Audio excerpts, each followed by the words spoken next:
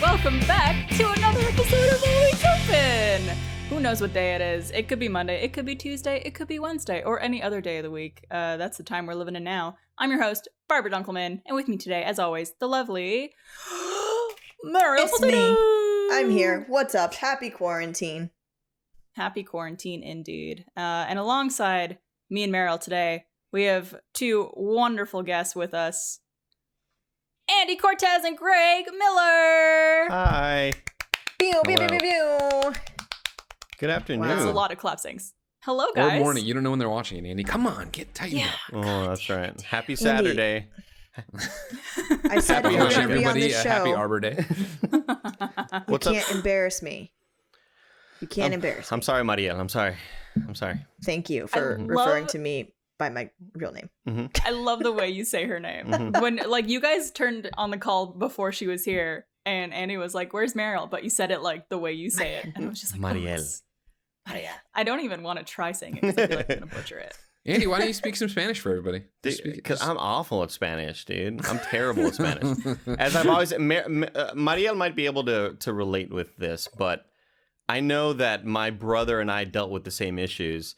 Spanish has always been the secret language our parents used to keep secrets from us.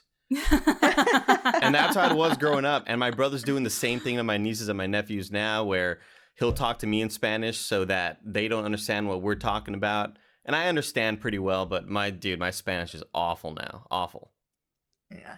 Really, guys? I know Mariel. You've spoken Spanish for a long time with your family, right? Yeah, like, fluent. I'm for sure fluent. And right now, we kind of have a similar thing going, but Spanish is the language we use to keep things from all of our white family members. Exactly. So my white girlfriend, my brother's white wives, and their white children. Does Jen do that with her family, Greg, in French? Oh, yeah. But that's not even keeping secrets as much as I'm just stupid. I just don't speak French. So I just sit there in the back of the car playing my Switch like I'm a 5-year-old again. It's like in a car seat. Totally. She's like, "You hungry? You want to stop for some food?" I'm like, "Yeah, I'll pee-pee." She's like, "Okay." My parents used to do that to me as a kid, but they used to spell things out. And this was obviously when we were a lot younger and couldn't spell yet. Yeah. Like, should we take them to the PARK? Yeah. I love the PARK. Yelling at somebody who did somebody who, I don't forget, there was like a car, something happened in the street and she yelled that they were an SOB. And I remember being like, "I got this." And so I called someone like a sob later that night. Like no reaction. Damn it. I thought I had it. This lady thought she's got me. Not a chance, dude. Changing the game out here. I'm so glad to have you guys on the show today. Sorry, I was pulling up something on my tab, so I had myself muted and I started talking and it was very professional. But it's okay. Really happy to have you guys here. Greg, we've had you on the show before. Lucky enough to get to do that when we were still able to do the show in person. Yep. And Andy, this is your first time on the show, so welcome. I'm excited to be here, guys. I wore a collared shirt. I can't believe it. I've never seen him in a collared shirt. I think the last time I wore a collared shirt was Nick's birthday. And even I don't really remember that birthday. There was a lot of alcohol. But I put on... It was a Nick party, so it wasn't interesting. Pants as well. Like, I'm ready to take on the world. I don't believe that for a second. Show me the pants. Let's see it. Oh. He's got the whole thing. It's hard to see. Oh, wow. Look at that He's trying stretch. to impress you guys. Wow. I think they're stretchy pants. Are those jeans? Yeah, it's denim. Yeah. Okay. Yeah. I'm wearing black joggers, but like they... Like not pajama pants, so I feel like I've dressed up for you guys today. Wow. Thank you, it's so courteous of you. It's so giving. So you guys, for those of you watching who aren't familiar, Andy and Greg are from Kind of Funny. They're in the Rooster Teeth family, but they create tons of awesome content. You guys are still cranking out stuff on the daily. Where can people find you guys? Oh, well, the easiest thing is you can go to kindoffunny.com, get all our content. We have 2 different YouTube channels, of course, youtube.com/kindoffunny and youtube.com/kindoffunnygames. Kind of Funny dealing with movies and comics and things we do in review. Andy has a terrible show called KFAF where they do a bunch of skits and stuff. And then more importantly, on games, there's Kind of Funny Games Daily each and every weekday, going through the video game news of the day. There's the Games Cast. There's all sorts of stuff. Let's Plays. Hell yeah. I love it. And we were just talking right before we started recording how happy we are that we still get to create content for all of our community members and people around the world and still getting to being fortunate enough to still be able to do our jobs from home. So Yeah. Absolutely. Yes, Yeah. absolutely. Thank you for that. Yeah, so many DMs I get from essential workers that are like, "Thank you for getting me through this." It's like, "Thank you for doing your job." Like we appreciate Absolutely. the hell out of it. Yeah. let's give some snaps for those essential workers. Oh. And while And we're here, we're also- talking about it. You know, the being part of the Let's Play family and being part of the extended Rooster Teeth family. It's me, Greg Miller. Hi, how are you? You probably have your opinions made up about me and Kind of Funny, but here's what I'm going to tell you: we're still here. All right. I've noticed a lot of these other channels, people were super popular. All this, the people keep leaving, the channels keep going away. We're still here. Just give us a shot. Wow, you're Come Not on, going anywhere, is it, baby. Is it gonna? Are we the top quality of content? Probably not. Oh, But not I would say consistency. yes. Consistency. You know what I mean? 5 years from now, we'll be here. What's Funhouse gonna be? Nobody knows. Nobody knows. They're going to be kind of Funhouse. I'll be there. Exactly. Yeah, God it's damn just it, gonna be No, Andy. we can't lose you, Andy. Hopefully, I'll be there. I also have to point out, for those of you who don't know, Andy Cortes used to work at Rooster Teeth in Austin with us. I did. then- Yeah. You guys stole him We did. and moved him over to San Francisco. So thank you for that. Well, I mean, for the record, too, it's not, we helped him get the job at Rooster Teeth, all right? So he was our man on the inside for a long time. That was the plan. And we were going to bring him to Kind of Funny, and he was going to Infiltrate teach the us how to be company. successful. And he did not learn enough. We pulled him out too early. Yeah, definitely. Yeah, I couldn't get a whole lot of knowledge while I was there, Greg. I was doing other stuff. I was unfortunately busy. Sucks, man. Yeah, it sucks. God, I it do- seems like it wasn't that long ago, but it really was a long time ago that you left. Oh, it definitely When was it? It was 2017. It was 3 years ago, Yeah. as of God. April. Yeah, Wow. it was nuts. Yeah, because I started in 26. I was there at RT for about a year and a half, Okay. and then Tim told me he wanted to hire me in around October of 2016. And I just kept on mulling it and thinking about it, and finally I accepted it. And then I left April. Oh, I left. My final day was one of the anniversary parties, because it's always April 1st. Oh, you know? yeah. But it didn't Yeah. fall on April 1st because of a weekend, so it was one of the Fridays before that, and it was like March or something like that. And then I legitimately threw everything in my car and just drove to San Francisco. It was nuts. Well, I'm glad that you found a new home and that they're taking good care of you. Are they feeding you? You could blink once if you need help. Well, here's the thing. Like, what Here we go. they could feed me if they decided to. Like, they obviously treat me very, very well. But as you know, I am a 32-year-old child, and my diet lately has been sunflower seeds have been really, really clutch. Sunflower seeds are fantastic. Lunchables, Out of turkey. all the food. Lunchables, turkey, and American cheese, fantastic.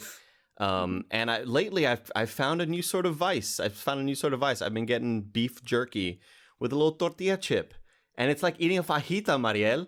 It's like eating a fajita. Oh, I'm so sad for you. It's great. It's great. It's great. And you know how embarrassing it is to be sponsored by HelloFresh, and I'm sitting there like, oh, HelloFresh sounds great. But like, I'm just Crunch. like, I'm a child. I hate going to the kitchen and shit. Yeah. I remember that fact about you that you hadn't had, what is it, mac and cheese? Mac and cheese. He still hasn't had mac Still and cheese. haven't. He refuses to try mac and cheese. It's just Barb, it's part of my character now, you know what I mean? Like Ned Stark, he got his head chopped off, right? Andy Cortez hates Similar. mac and cheese. That's just character development, you know? But Greg, can you is say there that a you food- hate it, though? Can you say that you hate it? No, I just haven't had it. I haven't had I it. just haven't had it. So there was a stream that we did when I first got hired where Kind of Funny tried to exploit me, okay? And this is my That's what we first do. time. This is my what we first do. time coming to public with it. This is my first time going public with it, and it was one of these fundraising sort of hey, we're fundraising stuff. If you donate this, Andy will eat this. And at that time, I had never had a Big Mac, I had never had a Whopper, and I'd never had a corn dog. Wow. And I ate the all Whopper, three. that's what I remember. I ate all three on that same day. Favorite? I would say the Big Mac was my favorite. The corn dog was Big awful. Mac. Hated the corn dog. But the Whopper from Burger King, it's really bad. Wasn't a It's huge just fan. kind of boring. Burger King is sponsor? Hopefully not.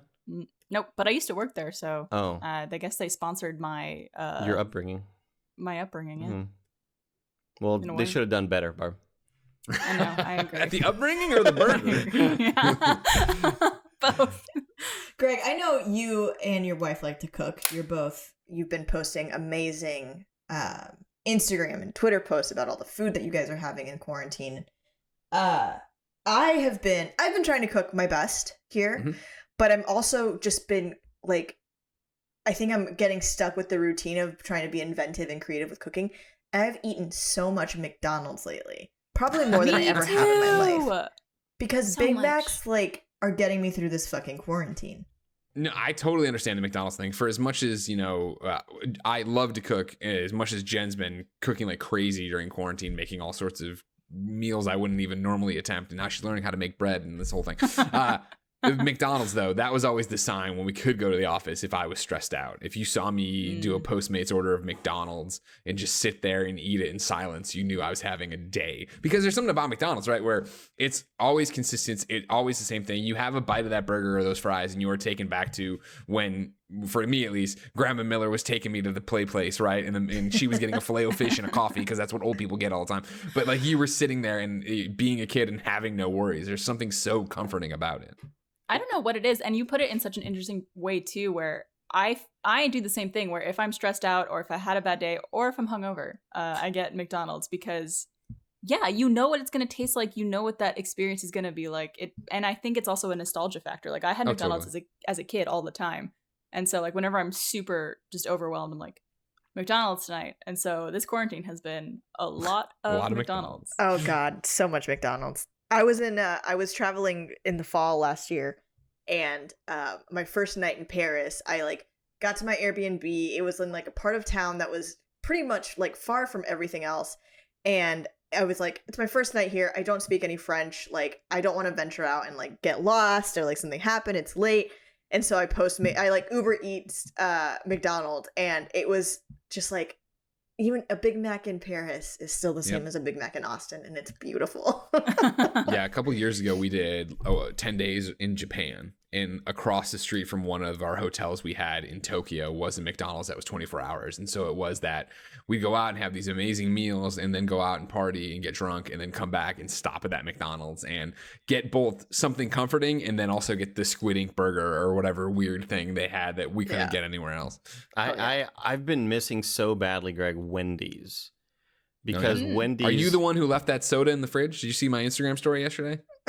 Opened the fridge thinking it was going to be bad. I was like, oh, this isn't bad. And I went all the way to the top row. There's your half-drink Odwalla juice getting moldy as hell. And then there's a Wendy's soda someone put in there. And it obviously, the ice melted months ago. And there was all this black mold coming out the side of it and going down and then pooling around it. Interesting. We can get to the bottom of this, Greg. I'm on the case, seems brother. like it was you. It just seems like we're at the bottom I'm of on it. the case. I am on the case, brother. No, but dude, I've been missing Wendy's so badly because it was so close to our studio. Why can't you just order it? But it's not close to my house. It's outside of the delivery boundaries, you know? Real quick, too, Andy, you have a car, don't you? Huh. But, Greg... I mean, COVID, bro. Like, what the fuck? You can still go through a drive-thru. Yeah, you can still. I mean, you understand you can leave your room. I know you don't, and you've just brought sodas and food in there all the time. But you can leave your room. You guys are throwing out a lot of solutions, all right? And I appreciate the hell out of it right now. This is an intervention for you. But it's not like a short drive, though. That's what's kind of annoying about it. So, okay, imagine it's like a drive. It's like, okay, Andy, I really, really want Wendy's. How badly? Do you want to drive from Congress to Round Rock? Like, it's one of those drives. I mean, if you want it that badly, right? How bad do you want it? The spicy nugs, I'd miss them every day. I mean, I've gotten to the point where, because here's my thing with them. Every day. Here's my thing with it is, you know, we debate all the time, Nick and I, about what are the better nuggets, McDonald's or Wendy's. And I've gotten to the point where I think I prefer Wendy's nugs for the longevity. Now, hear me out, because you know, McDonald's nuggets I think are better at the start, right? But it's like a fruit stripe gum. You have like a 10-minute window, and outside of that, it starts to get cold and chewy and gooey. And the Wendy's nugget just always stays crispy. And I'm interested in your thoughts. You know, it's funny. I had never. They're gonna think I'm crazy. I had never tried Wendy's nuggets until recently. Until Chance the Rapper started popularizing them. Sure. Because he's the one who, whatever you say, Andy. Yeah, because he's the one who tweeted Wendy's like, bring them back. Oh, And then I had no Wendy- idea. Yeah, this was a huge mean- thing. My boyfriend. Exactly. There it is, Pray to Mariel. the gods. So we did this episode where Nick and I went to all these different places to rank nuggets, and we were like recording ourselves in the car. Andy, you did an episode of what? Of KFAF. It's basically Where's that available? It's basically Face Jam, but with less views and listens. And where can they watch it? Where can they get that shit? YouTube.com/kindafunny, Greg. Oh, awesome. That sounds like a Are great you thing. getting paid for every time you plug your channel? Yes. Well, I mean, absolutely. as long as the channel doesn't close down, Andy gets paid. So yeah, I guess in a way. It's true. And so we drove around to all these restaurants to look for these nuggets, and we got to Wendys, and our Kevin and Barrett are sitting in the tables recording us like with their phones, and Nick and I are mic'd up in line, and I am just jazzed about introducing Nick to these spicy nugs. But little did I know that the spicy nugs had been sort of taken off the menu in the last month or so. And so we get there, and I was like, I don't know if there's spicy nugs. So it became a big crisis. There were no more spicy nugs, and my heart was broken. And then Chance the Rapper tweeted at Wendy's saying, bring back spicy nugs. And then Wendy's was like, if this hits a certain amount of retweets or whatever, we'll do it. And it became this whole campaign. And they finally came back. And yeah, it's beautiful now. So we have him to thank. The world's never been better. Exactly, yeah. Andy, Yeah, I had never tried them until recently because we filmed a video that will be out TBD on the Rooster Teeth website where we created a mega nug. So we went around to a bunch of different fast food restaurants and collected chicken nuggets from various places. And I tried one of the Wendy's one, and I was like, damn, this is good. I've been missing out. Oh, yeah. Kevin, or Greg, you were going to ask something, Greg? Yeah, Andy, I just wanted to apologize to you because I thought for sure you were giving them an inaccurate portrait of how far this Wendy's was from you. And the Austin Convention Center to Round Rock, 21 minutes. Your house to this Wendy's, 19. Is that what I'm saying? You crushed it. You nailed it. Thank you very much, Greg. Thank you very much. Finally, you Here's believed my in me. question for the people still in Austin. Is Pluckers doing takeout curbside? I believe so. Yes. Oh, jeez, that sucks. I wish I was there. God, I miss it, Greg. Ooh, actually, you know what? I was just thinking, I haven't eaten yet today. I had 2 hard-boiled eggs. We've been very busy today, recording a lot. Sure. And I was literally just brainstorming what am I gonna eat as soon as this is over. It's fucking Pluckers. You're gonna It's get Pluckers. Pluckers. Jealous. I might get McDonald's after Jealous. this. God Yeah. damn, dude. Every I time I had see them McDonald's yesterday. I tweet, can't do it again. every time I see them tweet, it's just like it's a siren out there luring me back to Texas, Greg. Yeah. Luring me back over there. There Don't, was a fall nightmare. for it. You'll crash But into the we rocks, gotta, you know? you got to be careful though, Marielle. You got to be careful, okay? Because the box, the styrofoam, will get very steamy, and the wings will get very soggy. Takeout wings and delivery wings are always a gamble. They might Always not a be using gamble. styrofoam ASAP. anymore. Oh, Listen, really? I want to know what the fuck is wrong with you that you get food and then you don't immediately eat it. Why are you testing? what's this your Well, he's talking about the longevity? transport. The Well, transport the of it. drive back. You know what I mean? Like if I'm Okay. driving, eating wings and driving, not really well, yeah, recommended. But you I'm know? talking about the nuggets and specifically the nuggets. Okay, so well, we're getting more into more kind of funny lore. We have this thing called the We have Lore. this thing called the nugget policy, where if you are gonna buy nugs at Kind of Funny, you have to buy nugs for everybody. Everybody. I like that rule. Well, for Go the ahead, record, that's actually not the policy. The policy is if you go to a McDonald's or a Wendy's, you have to bring back nugs. Bring if back, you're yeah, not, bring back. It's not that you don't have to order the nugs. If you're going inside or getting food from this establishment, you need to tack on 20 to 40 extra nugs. Whether for you everybody. steal them or like by any means necessary, right? I Sure, think that's knock fair. them out of the kid's hand, pick them off the Yeah, street. exactly. And so sometimes we get off of these shows and the nuggets have been sitting there for maybe 30 minutes, sometimes an hour, and they're just sitting in the kitchen. But by that point, they are just they're useless at that. You know, But you still eat them. I still eat them. Yeah, Yeah, of course.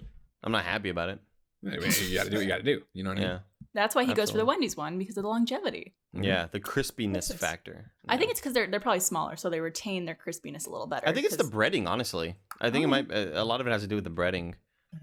We could talk about this later, guys. We could Remember get Dave so Thomas? far into this. This episode of Always Open is brought to you by Purple. Technology has improved just about everything: phones, cars, shopping. Yet mattresses have more or less been the same since the invention of sleep. But we deserve better, and finally, the mattress has evolved thanks to Purple.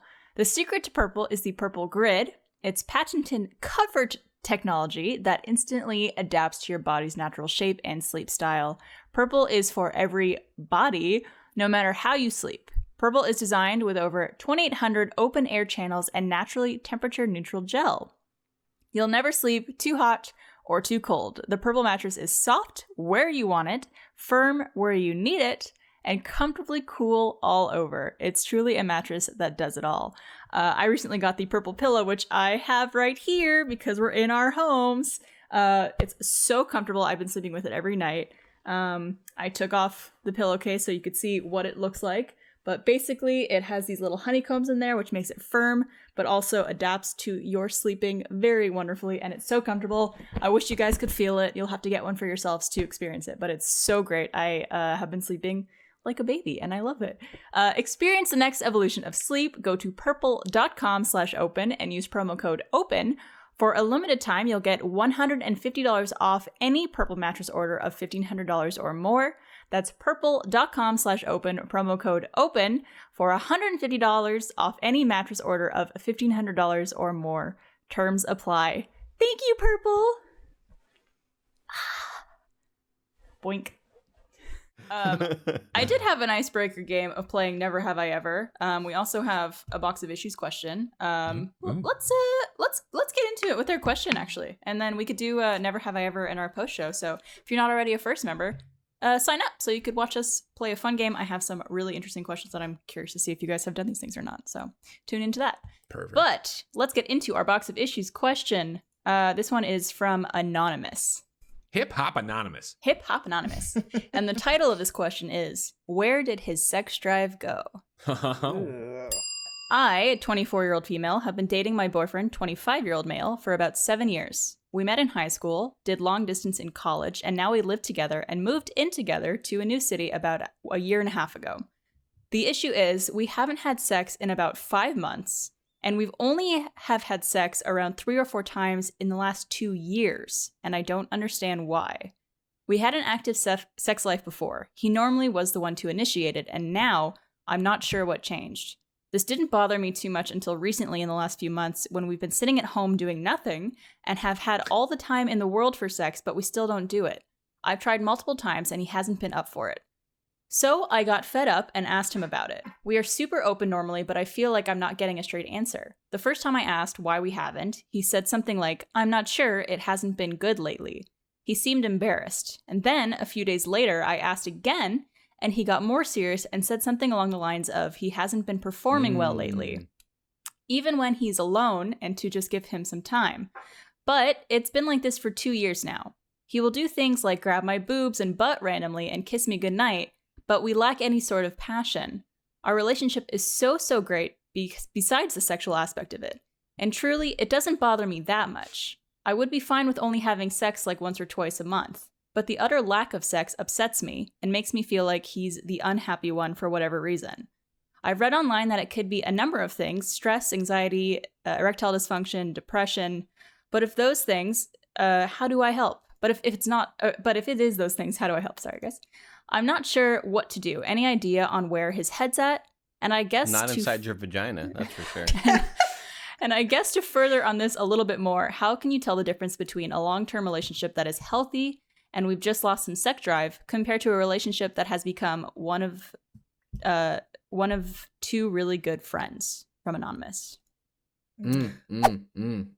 Greg? Good question. Yeah, it is a good question. And I think the toughest part about it seems that it's his issue, right? Like it does. I mean, like, granted, he could be lying or hiding or something. It sounds like Anonymous that you guys have been together, you know him well, and that he would be upfront with you. You talk about having an open relationship normally having an open relationship. And so I think if the fact that you came to him once, right, and he was like, it hasn't been good lately, seeming embarrassed, and then coming back again, him still being like, no, it's that I'm not performing well, that it's not good with you, it's that I'm not good with myself. Like, that's a real issue. And like, I think, especially for you guys being as young as you are, right? So yeah, 25 right now is the boyfriend. So you've been dating since you were 18 then, if my math's right, and I'm bad at math. Right, that's right. 2 years. Yeah, okay. Yeah. like obviously sex drives and bodies change as you get older and stuff. And so I know like it's easy to have one bad experience and then overthink that bad experience and then come to your next experience and be thinking about the bad experience. And then it fucks you up that time around. And then it fucks you up the worst time. And then you do the thing of, I'm not going to try, or what am I going to do? Or how are you going to play this? Like sex, I mean, sounds and for most and most of the time is so easy, right? Of just like you are turned on and you want to have sex. But I think when you get into the mental spider web of what could be stopping him or what could be affecting him, that's when it becomes that. I think it comes from you having this issue one time that has now led to an issue a second time, which then led to you not trying or not wanting to try or trying to figure this out. And then on top of that, yeah, how much time is he dedicating to figuring it out? And how do you bring up that conversation with him of seeing a doctor, seeing a professional, maybe using a sponsor like forhims.com. There's plenty of different ways, but you need to have this conversation with him in a way that isn't attacking him, which I don't think you were, nor is it a way of making him feel more embarrassed about something he's already probably embarrassed about. Yeah. I think what's interesting is like she didn't notice that there were any issues. Like, you know, it would have made a lot more sense to me if she said we had a couple of bad experiences and now we just haven't had any at all. That would make a lot more sense. But it feels like everything has been fine, at least when they do have sex from her perspective. But it could just be all in his head. Like Lord knows I overthink everything and I overanalyze everything. And it could become a compounding issue. If you have one bad experience, just like Greg said, you go into the next one and it's like, I hope I don't fucking do that one thing again. And if you do, it's like, shit, and suddenly you're battling against yourself in your own mind. It becomes a self-fulfilling prophecy. Yeah. Where you start worrying about, it happened the one time, you worry about it, and then it extrapolates out from there. And I think that, that's the most important thing for you to stress to him, Anonymous, is the fact that you understand. I hear you that you think it hasn't been good lately, or that you haven't been performing correctly. You need to know that I don't share that feeling. I haven't seen that. That hasn't been something that's been on my mind. Because there is that, and I'm projecting, or at least, extrapolating, I guess, from other, relationships and the hangups people have, right? Of like, I don't know how open you are about talking about sex. So it is that thing that, I think, especially for being young, right? I don't know how open you are about talking about, afterwards, your sexual performance or what went right or what went wrong. And so if there is that, he had this experience that he didn't like, that he then laid there in silence about, and then you were fine with it and you went on with your life, he got hung up on it and he's been dwelling on it. And then the same thing that he doesn't like that keeps happening, that's the thing. And I would imagine, like, to your, your thing here where you're like, he's grabbed me before, like my boobs or my butt or whatever, and kisses me goodnight. I would imagine it's the same thing, what we're talking about, of self-fulfilling of, and because you're saying you say he will do things like grab my boobs and butt randomly. It might be in his head that's not random, that's him going like, I do want to have sex, I do want to engage. He goes to initiate and starts with, I mean, this could just be a squeeze in the kitchen or whatever, but if it is that he starts to initiate and then whatever he thinks is the sign of him not having an erection, him not being on the right path happens, he starts thinking about it, and then it doesn't happen, and so he calls it off. Yeah. It's kind of like what Andy said. It could be a compounding issue in a lot of ways where I've been in relationships before that have pittered off in terms of sexual activity, and it becomes a thing where it starts happening so infrequently that every time you think about it happening or trying to initiate, you get a lot of anxiety about it. And it just, you get in your own head about things. And I could see your partner maybe being in that situation of just like, you guys feel probably so far deep into this hole of not being sexually active that even thinking about trying or going back into it, it's so daunting and so ridden with anxiety for both of you. And especially for him, if he feels like insecure about something or that he's not performing in some way, it's hard to be turned on and to want to be sexually active when you're anxious about that kind of stuff and when you're in your own head in that way. And it's a complicated situation because a lot of people end up feeling like this, especially after a long relationship and dating when you're really young and being very sexually active with each other, and that kind of cools off after a while. It could feel very different and very scary. I think maybe just try to get more details on exactly what it is. I know that's the crux of this, is like we're trying to figure out what, but I don't think reading stuff online and reading things that it could possibly be would help out a whole lot. Because you're opening up a can of worms here. Like, you know, it could be stress or anxiety or ED or depression. I think Or you all just need. cancer. I think you all just need to have a serious sit down talk and say, like, okay, you said it hasn't been good for you, but what exactly does that mean? Yeah, what does that mean? Yeah. Yeah. I think another thing, I have a friend who, and I didn't even really ever consider this, but I have a friend who's actually, like, she's going to school to be a sex therapist. Like, that's what she wants to do. And there's this whole world that, like, as I've been talking to her, as she's like going to grad school and all of this stuff, and just realizing how many resources there are out there. And there's people out there who are specifically trained to, like, help with these kind of issues and, be able to, like, talk these things out, and, someone that can be trusted and, like, actually knows what they're talking about. And I think that's a great option. I think too, we always recommend therapy, and there's all sorts of different therapies, and sex therapy is just one of them. But yeah, I mean, you guys all fucking hit the nail on the head with this one. Yeah, part of her question Crushed said, any idea where his head's at? I will say, don't get into a spiral of thinking that it has necessarily something to do with you. I know, especially in a lot of relationships where the male is less sexually interested than the female, a lot of women tend to think, like, oh, is it me? He's not attracted to me. Does he not want to be sexually active with me? Like, what is it that I'm doing wrong? I would just be wary of going down that hole Spiral. of things. Yeah, because that could really get to you. And it doesn't seem like it's something that you're doing. It's something that could be in his own head, like he mentions. Like, I just wouldn't get far down that path, because that could be really detrimental to your own self-esteem. Mental health, yeah. Yeah. Damn. Well, good luck. Communication. Communication. Yeah. God, Super I can't wait to have sex, man. Yeah, but there's also Heard nothing great wrong. things. Like, if you guys are happy together, there's nothing wrong with, like, if you're not as sexually active and just being in a really good relationship in every other way. Like, not every relationship has to be revolving around sex. And if that's not important to you, then that's okay. And that's the thing with the conversation with him, right? Is I think it's to drive home how good that you say the relationship is and how happy you are. And again, that it's not like you're trying to knock boots every night. You just want it a couple times a month or whatever. Like, that's what relationships are, right? It is figuring out what your partner needs and wants, and then figuring out what you're capable of, and compromise and switching back and forth that way. Let alone the fact that I'm getting into your head now, Anonymous, is that if it's something where he doesn't want to actually have the active intercourse and sex with you, right? There's other ways he can help you and satisfy you. Yeah. Right. He could DJ you. Hey. He could DJ you. Not DJ Khaled, you. Oh No, yeah, yeah, no, that doesn't DJ do Khaled does anything. not go down. Dude, what does he say? DJ Khaled. Another one. Another one. That's what I say after sex. Another. I slam my drink down. Good old 12 times Dunkelman over Hey, here. it's 11. Let's not 11 get ahead of times, ourselves. sorry. We're all facing a lot of uncertainty right now, but if we face it together, we'll make it through. While we have to stay physically apart, it's more important than ever to stay close to one another. So reach out to friends and family, send a quick text, or pick up the phone.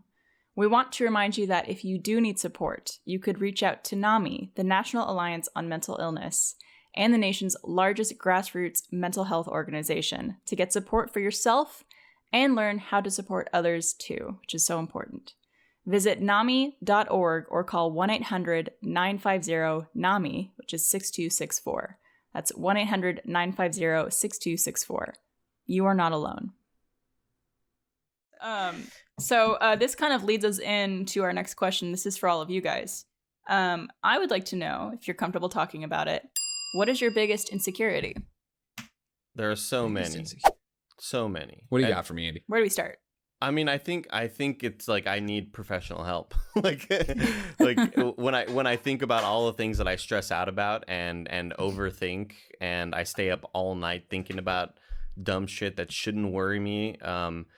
I think like physical insecurities. It's like I'm too short. I've been gaining weight. I need to work out more.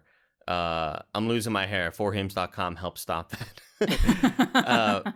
But yeah, there's just I don't know, when it comes to, like, there's physical stuff with me, there is definitely emotional stuff. Like, I feel like I am the type to if I get, I'm really, really bad at reading signs, first off, like terrible at reading signs. And that's an insecurity that I have. And then there are some times where if I read a sign too much, then I'm all in, and suddenly it's like, oh, I misread that shit. So it's this constant thinking game in my head where I just need to sort of chill the fuck out. Like it's very relatable. My brain is just a million miles an hour all the time, and I need to learn to sort of compartmentalize what really matters. And unfortunately, I haven't really figured that out yet. Do you find that often bites you in the ass, like overthinking things or reading into things wrong? Oh yeah. Like anytime I see any sort of viral tweet that goes out about, hey, this is what anxiety is, this is what depression is, it's like, oh fuck, that's like, yeah, I do those things. I'm every tweet. And not that those are like obviously clinical tweets coming from doctors and psychiatrists and people that know what they're doing, but there are, it absolutely will bite me back in the ass, where there are good friends that I have that if they don't respond to my text, I'm like, fuck, did I say something wrong? Did I piss them off recently? I got to rethink. Maybe they're mad at me, dude. That's what it is. They've got to be pissed off at me. And then the next day they're like, oh, sorry, dude. Oh, my bad. I didn't see your text. And it's like, God, why do I do that? I don't know. Do you also get FOMO a lot? Is that something that you experience? I'm totally cool just chilling in my house. Okay, because I feel like those almost go hand in hand for a lot of people I've heard of, just like overthinking things and then seeing people do stuff together and then overthinking that situation of just like, why wouldn't they invite me? Is it because of this? Is it because I did this or said that? So I'm fully aware that I often don't get invited places because I often decline those invitations. and it does get to the point where it's like, well, you wouldn't have come anyway, but I sort of start to become Nick Scarpino, where it's like, I just want to be invited. You just want you want to be able to say no to going out. Yeah, exactly. Right. Exactly. Yeah. If you search Andy's name on Giphy, but on Twitter GIFs, one of the first ones that pops up is put me down as a strong maybe. Whenever you invite Andy anywhere, he probably won't come, but you want Andy to come, so you invite him all the same. If that's not the most accurate thing I've heard in 2020, right? Although 2020, I guess it's put me down as a strong no, I guess, because nothing's happened. Yeah, can't go. What about you, Greg? Insecurities. I mean, I always go back to my teeth. I've never liked my teeth. I had the mistake, in high school, I got put in braces, like right as it was like, that formative year, freshman year of like, I got put in braces. And as soon as I left, or when I was done with the braces, they gave you the retainers, and I was like, fuck you, I'm never wearing retainers. So my teeth moved around. It was like a waste of my time to begin with. And I've done Invisalign since, but this guy's always moving backwards. So I have to still wear the Invisalign like retainer things. But even then it's like, I thought Invisalign was going to fix everything, and I got to the point where they're like, all right, we're done. I'm like, well, what about this? Like, oh, you have to pull that tooth or put it in a veneer. I'm like, fucking goddamn. Have you thought about veneers? No, because I don't care that much. Okay. It's at this point, the buck teeth, like I don't mind the buck teeth in the front, right? It's more just that one guy moving around and bumping into everything else. That son of a bitch, huh? And it's such a thing of like, back to this question with Anonymous, right? Where it's all, she didn't know anything was wrong and it's all in her boyfriend's head kind of thing, right? It is such a me thing that I get made fun of for a lot of things on the internet, and people hate me for a lot of reasons on the internet. It's rare that somebody's like, this guy's teeth suck. You know what I mean? Like, it's not that that's held me back in a successful way at all. It's just so my thing. It's, it's my insecurity that I carry. Yeah. I love your teeth for what it's worth. I know that. Thank you very much, Barb. I'll send them to you later. And anytime oh, wow. The stare at the camera made it so much worse. Very uncomfortable. When you get a tooth, you'll know it's me. Yeah, he's dead. Just a single tooth. What about you guys? I don't think I've ever really talked about this on Always Open, but I've had a pretty bad insecurity ever since I hit puberty, which is like around 11 years old, 11, 12. I have a condition called hyperhidrosis that some of you may know about, some of you don't. I literally didn't tell anybody except my family up until I was 16, and then I told my first boyfriend about it, and no one else knew about it until like my late 20s because I was so embarrassed about it. I would never talk to anybody about it. But it's essentially a condition that you can get. It affects 1% of Americans. Where how many Canadians though? I don't know. Not as many, apparently. Good question, Mary. Because I never met a single person that had it as well when I was growing up, which made it even harder to deal with. But it's essentially a condition where the sweat glands on your body in certain areas are just overactive. And they're constantly going, they're constantly sweating.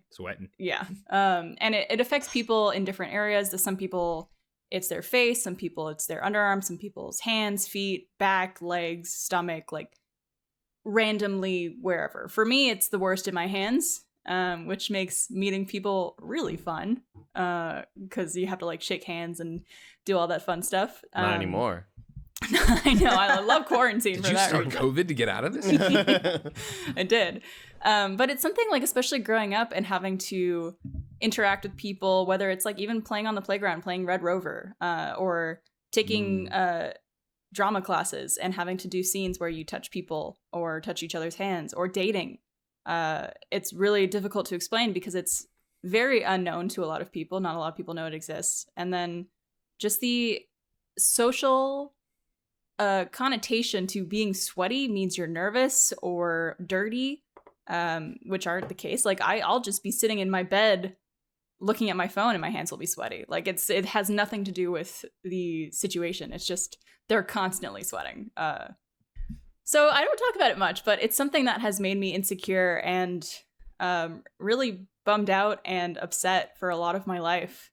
But luckily, we're in this situation now, so I don't have to do anything.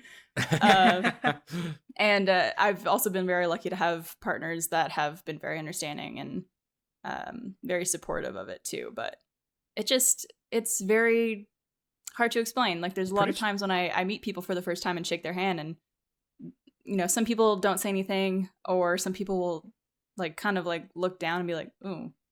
And then I've had people be straight up, ugh, what's on your hand?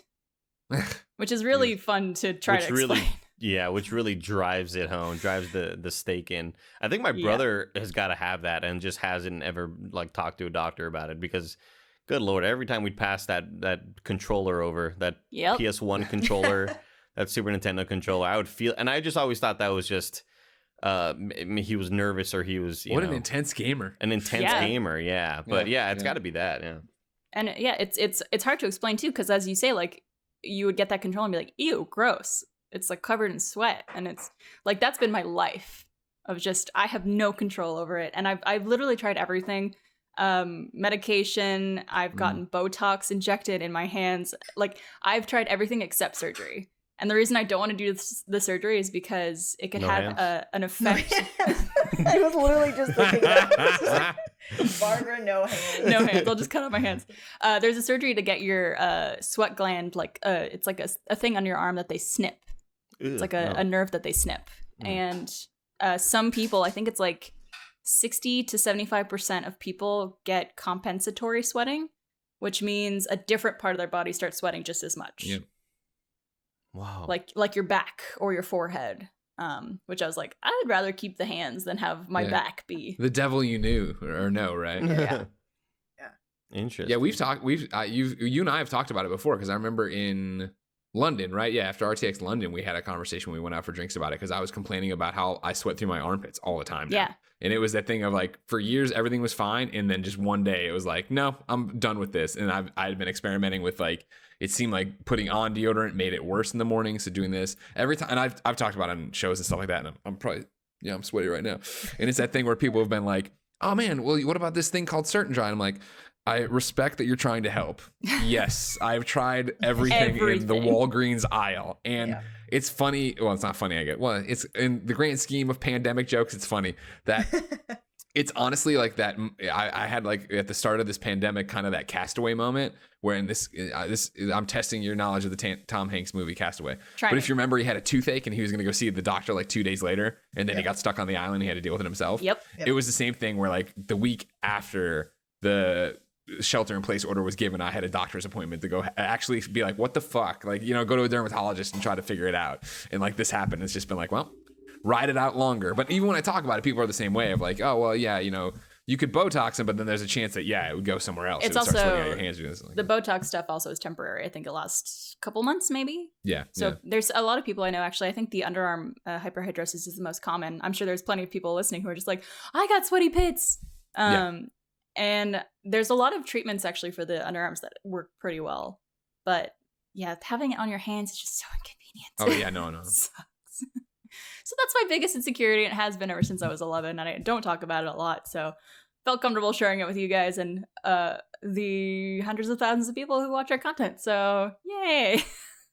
Now hundreds of thousands of people dicks, should come everyone. to youtube.com/kindafunny. Yeah. Well, we love you, Barbara, and I will beat anyone's ass who says anything. Well, this is literally what we're talking about with the anonymous question, right? Of like, I think once you're any skeleton you have in the closet that you think is a big deal, you reveal to your partners, your friends, the world. Like, once it's out there, it's who cares? Like, it just doesn't matter, right? And then it's also a matter of like, I've met people and like not shaken their hand before, or like offer a fist bump instead, and I'm always just like, am I coming off as like unfriendly or a bitch, or are people like? And I also like avoid introducing myself to people sometimes at like parties or whatever it is, because I'm like, I don't want to have to shake their hand. I know I'm gonna have to shake their hand, so I just like won't introduce myself. Yeah, and it's sure. like You just they might kiss think everybody's like, hand. I'll bow to you instead. So that's why You're you in flip me opera off gloves. every time. Yeah. Makes sense. I see But now. then like it's a thing of them when they think they might be doing something wrong if I'm being unfriendly towards them.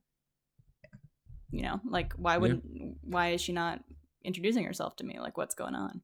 It's like, But I also think that that's just your brain kind of being annoying. Like Of course. it's just the constant overthinking thing, you know. Like you worry about something and the other person just doesn't even care. The other person didn't even recognize or realize anything bad that was happening. It's just all kind of in your head. yep, exactly. Other person's over there like, why can't I get an erection? Not at all thinking about Barbara not shaking their hand. How about you, Mary? Something else. I actually don't have any insecurities. Perfect. And I'm really sad for all you sad people. It's so tough. What's it like? Oh God, where to begin? I think more recently, I think I've been dealing with something that's kind of a mix, I think, of an like anxiety or insecurity brought on just by this time in our lives that like has always kind of been in the background of my head, but I think this has kind of brought it more to the forefront, and just thinking of like all the things that I want to accomplish in my life and feeling like I will probably never get there. Like especially right now, like thinking about wanting to have children, right? Like I definitely want kids, like I know for sure, but now I'm like, is that ever going to be a thing? Like, am I even going to be able to afford it? Like, should I think about bringing kids into this crazy ass world? Like, you know, there's all sorts of things that have kind of like built up in my head because of that. And just like all the things that I feel like I want to succeed in my life that I just like am just feeling like I'm never going to be prepared enough for, or I'm never going to be like successful enough for. I think that's like also a big thing, is just like success in my mind. I don't know what, I have this like vision of success that I just feel like it's completely unattainable, and so I'm just like, you know, just always feeling insecure about that I'm never gonna like, you know, be as good as my peer. It's a lot of imposter syndrome too, I think. Yeah. And I think just another thing lately is that like I have been, you know, like I think we're all kind of feeling the throes of it, is like Andy said, gaining weight, like not eating great, like, you know, doing things that like I was in a really good routine before all of this started, and then having that all go away, and then just feeling like, well, fuck, all this progress that I've made.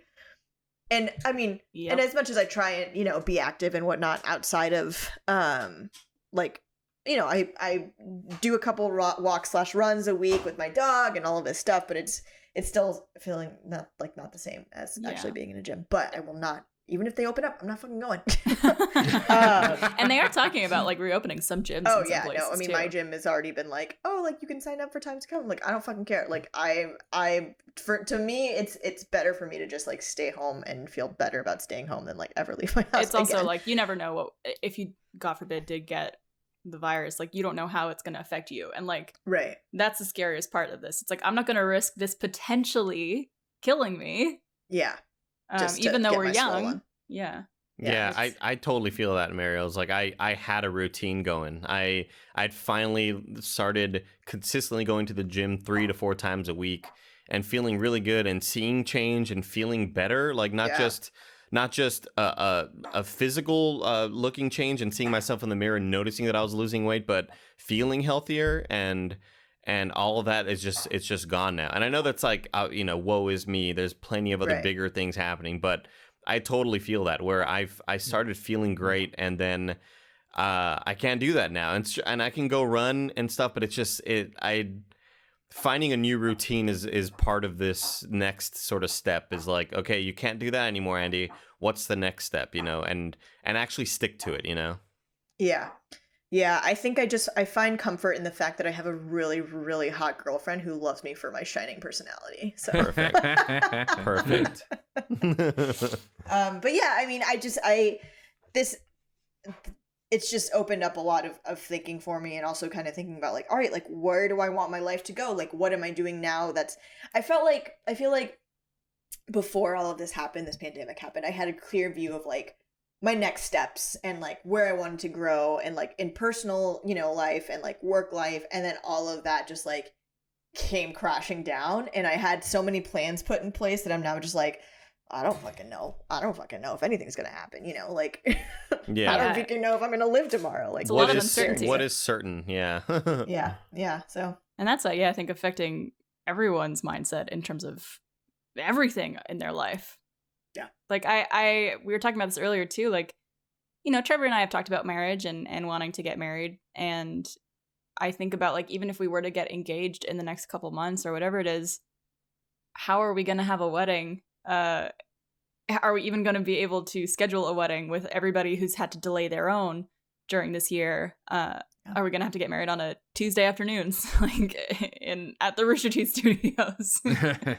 Yeah, our own Barrett, who works for us, he had to delay everything. It was all set to sort of happen this year, and it's all sort of on an indefinite hold, I believe. And so, yeah, it's crazy when you think about like obviously you think about the main stuff, right? You think about like the big corporations, you think about people's health.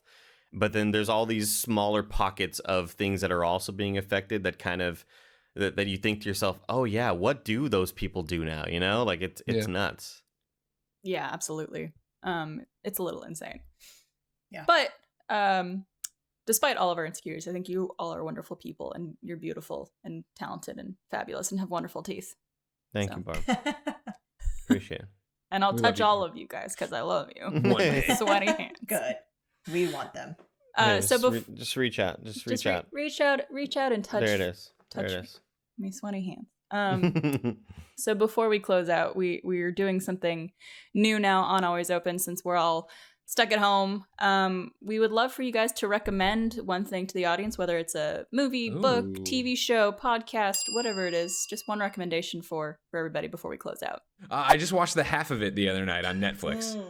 New movie, and it's awesome. It's so good. It's a drama. It's a romantic drama teen thing of this girl in high school, this guy in high school, and another girl in high school, and the guy basically hires the girl to write. It's you see where this is going. Write letters to this other girl for him that he likes, but she likes the other girl too. So it's like this love triangle going on with the one girl who's the object of their affection not knowing who's actually talking to her. Ooh. And it's incredibly well done, and I really, really loved it. Yeah, it's amazing. It's such a good movie. Wonderful. A couple of weeks ago, I finished up Devs, which is a sci-fi show on FX. It is a 10-episode series, directed and written by Alex Garland, the guy who did Ex Machina, and he did the one with Natalie Portman with the scary monster. It's a very scary movie. Annihilation. Yeah. So it's a story that takes place in San Francisco, and it is a sort of dealing with this big sort of Google-like company, and the actor who plays Ron Swanson is sort of like the Zuckerberg of this company, the Steve Jobs of this company, the visionary sort of hippie, and it's a very mind-fucky sci-fi that it's really, really cerebral, and every episodes will end, you'll be like, whoa, this is crazy. Like it's exactly my type of shit. So if you're into really good mindfuck sort of stuff, I absolutely recommend Devs on FX. And it's on Hulu. Mindfuck. It's FX on Hulu or whatever the hell. Gotcha. Devs, DEVS. DEVS. Okay, so I don't know if you noticed, but as soon as you said Devs, I thought you said Debs, and my face lit up because I was like, holy shit. And fucking Andy's over here and watching another gay movie just like Greg, because What movie is that? it's called Debs, and it's terrible, but it's I just googled it. I, like, 2004 movie? 2004 action comedy film, and it's basically these like teenage crime fighters that like dress in schoolgirl outfits are like fighting this villain who's Jordana Brewster from Fast and Furious, and one of the teenage crime fighters falls in love with the evil villain, and they're both women. And I honestly thought that's what you were going to go off, and I was just like, this is so niche. I want to see this now. Wow. It's not good. It's not a good movie, but there you go. Don't watch it. That's what I don't recommend this week. Yeah, you don't recommend Debs. Oh God, I have been watching The Blacklist religiously lately, but that's not what I'm going to recommend. My recommendation is it is a book. It is also a limited series on Netflix called Salt, Acid, Fat, Heat. If you're looking to get into cooking during quarantine, and you just want to know more about the elements of cooking, how to put a good meal together, it is so good. Samin, the woman in it, is just like, it's just so nice, because I feel like a lot of like cooking TV is just like white men being like, look at this thing, which is not a bad thing, but it's really nice to see this woman. I can't remember. I think she's from Iraq. Each episode has its own dedicated thing. Like one episode is salt, right? One episode is fat. Yeah. Where is she from? She is. I've heard of that before too. There's not. Okay, while you look that up. Yeah, she's from Iran. So she's just like this woman who's just like enjoying her life. She's a great cook, and she's just like fucking living her life, and it's amazing, and it's so good. I've watched it multiple times. I like to put it on in the background and whatnot. So that's what my recommendation is. Love it. I'm gonna recommend two things, because I forget if I recommended this last week because I like it so much. On Netflix, 3-part series called Middleditch and Schwartz. Mm-hmm. Have any of you seen this yet? I have not, no, but I've been seeing tons of people recommend it. The second you're done this podcast, go watch it. It is Thomas Middleditch and Ben Schwartz, also known as the guy from Silicon Valley, and God, what's his face from Parks and Rec? She's the worst. What is his name? Yes, John Ralphio. John Ralphio. Yeah, that's the one. It's them two, and they basically just do an entire hour of improv based off someone from the audience's story, and it is the funniest content I've seen in a very long time. There's 3 episodes. It's great.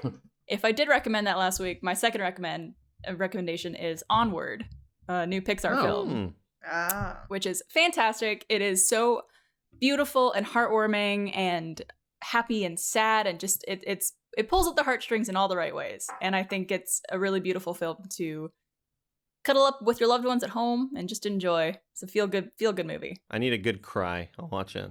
It'll give you one. Yeah. Maybe Debs would though too. Yeah.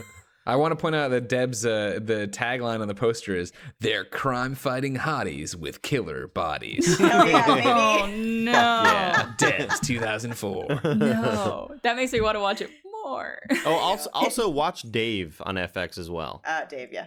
Dave I've heard about very, that. very good. I'm sure people have been recommending that, but yeah, it's a very, very good show. I finished it as well the other day, and it's one of those where it reminded me of watching, oh gosh, who's that stand-up comedian? The guy with the blonde, Bo Burnham. One of his stand-ups that he did, his newest one, I believe, where you finish watching something and you think, man, I will never be that creative. Like that is, I am jealous that I couldn't be a part of this sort of production. And that's how I felt with the final 2 episodes of Dave. Yeah, it's very, very good. Dave, we'll have to check that one out too. And lastly, the last thing to check out is these guys over at Kinda Funny. All their videos and podcasts that they're doing are fantastic, so go check them out. And one last time, where could they find you guys? Kindafunny.com, youtube.com/kindafunny, and youtube.com/kindafunnygames. All the content in one place. There it is. Beautiful. Yes. Andy, Greg, Mariel, as always, thank you guys so much for joining us this week. We still are doing a post show with you guys, so if you're not a first member, make sure you sign up so you could go head over to roosterteeth.com and check that out. Thank you guys so much for joining me this week. And everybody watching, we love you. And don't forget to submit your questions to alwaysopen@roosterteeth.com. We will see you next week for another episode. We love you. Love you. Thank you. Bye. Thanks, guys. Peace out, friends. Thank you guys so much for watching that episode of Always Open. If you liked it, give it a thumbs up and share it with someone who maybe doesn't already watch Always Open. And don't forget to subscribe if you're not already. We love you. Mwah!